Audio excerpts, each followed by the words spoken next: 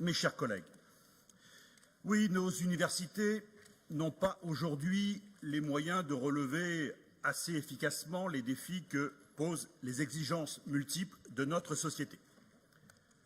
Face à cela, de manière récurrente, court l'idée que la solution serait l'augmentation des droits d'inscription.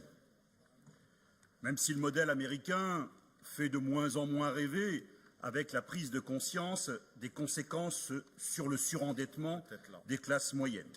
Malgré tout, cette idée semble persister. Mais comme politiquement, il s'agit d'une mesure que le gouvernement perçoit comme explosive, il décide, c'est sans doute cela le courage politique, de cibler les étudiants étrangers, extracommunautaires, dispersés par nature dans le monde entier. Heureusement, les communautés universitaires s'en sont émues. Le conseil d'administration de l'université Clermont-Auvergne a ouvert un cycle de prise de position contre l'application de cette multiplication par 15 ou 16, selon les niveaux d'études, des droits d'inscription pour ces étudiants.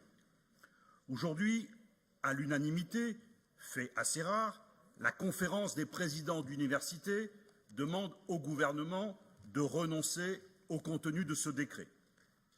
La question est importante pour notre pays, certes, mais également pour notre région, son rayonnement, son attractivité internationale, sa vitalité intellectuelle.